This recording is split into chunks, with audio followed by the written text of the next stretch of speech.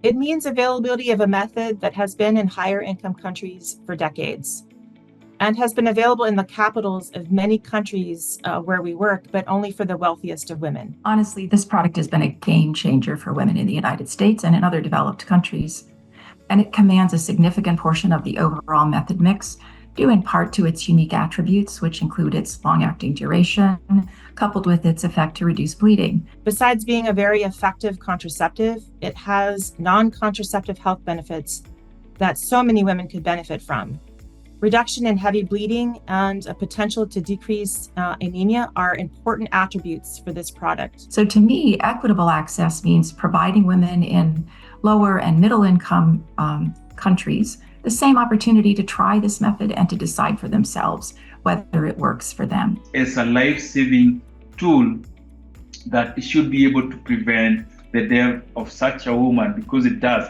Pregnancy continues to kill women. And a product like this that we know will contribute to reduction of unnecessary maternal deaths. If we are going to be a human rights based, we really must advocate for that in any way we can, that this product should be availed, of course, among other methods. In Brazil, the copper HIUD is available in the public sector, but not the levonorgestrel 52 milligram or the implant. Consequently, there are many disadvantage for women, because if you take into account what is the cost of unplanned pregnancy and what is the cost of hormonal IUD in the public sector, obviously the unplanned pregnancy is extremely high, the cost, than a hormonal IUD. One of the things we've learned over decades of developing and offering contraceptives is the critical importance of choice, and that women have different preferences and needs at different points in their reproductive lifespan, and that they need choices, a range of choices, because no one method is going to work for everyone. The role of the hormonal IUS to women around the world and access to it around the world, I feel, is incredibly important, because this is one of the premier methods of contraception from a safety and efficacy point of view. And the fact that so many women use this in Europe and the United States is fantastic. Women everywhere should have access to such a safe and efficacious method like the hormonal IUS. It's also just critical that it becomes part of a basket of choices.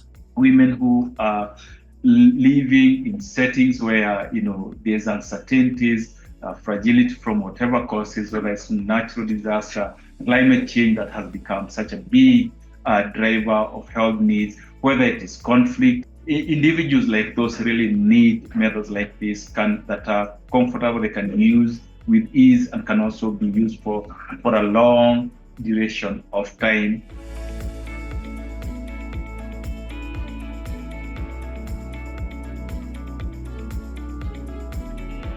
I'll start off with the fact that I don't think you can place a value to human life. If you cannot do that, then there is no cost that is too much or too high for us to be able to pay. I think it's worth it because of the unique properties of this method.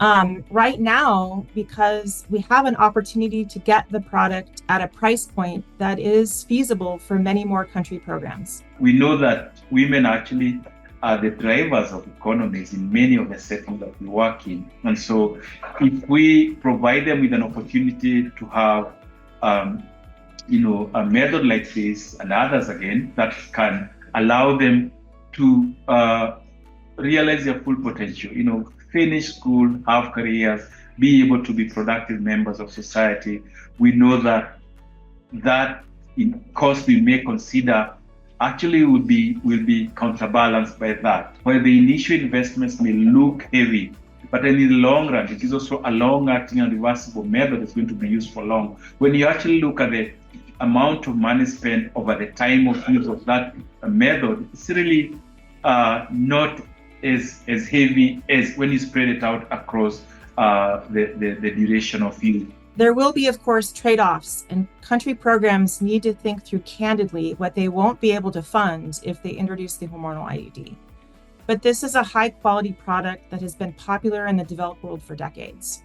There's a real momentum and a lot of technical resources available and champions who want to work together to see this product considered. We should have done this 30 years ago. We didn't do it earlier, but now is the time to make sure that we accelerate and expand access to this and other methods.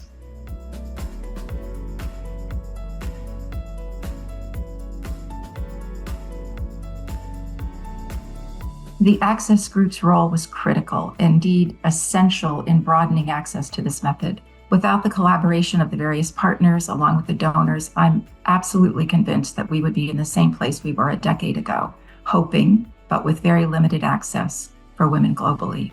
And hope is not a strategy. I don't think we would have gotten a product into the UNFPA and USAID catalogs without the work of the access group, or not as quickly as we were able to. It really served as a collaboration point for multiple pilots and efforts that were funded by multiple donors. I think working in silos would have not caught the attention of manufacturers and donor commodity decision makers to showcase an organized platform and really build on complicated introduction efforts. We really needed the commitment of the access group along with the donors to make this product a reality for women in low and middle income countries. And as well, the group executed a learning agenda that informed us about the acceptability and continuation of this product and information on whether new family planning users or switchers were more interested. I do want to commend the access group for its being involved and leading this exercise, especially around expansion into the public sector. I think what I've seen for the time that I've interacted with it is also being a platform for learning. The Hormonal IUD Access Group has played a great role in making sure that information is shared, in highlighting progress, and in identifying and helping to remove barriers to access for the hormonal IUD. I think its track record has been extremely positive in that regard and in finding ways to promote the agenda and the access to such an important method of contraception. I think, again, an important opportunity for the access group to continue doing what it is doing, but also maybe rethinking what are the next frontiers that we should be working on. What are those opportunities? How do we use digital health tools, including AI now, to sort of think through how we can advance this even further?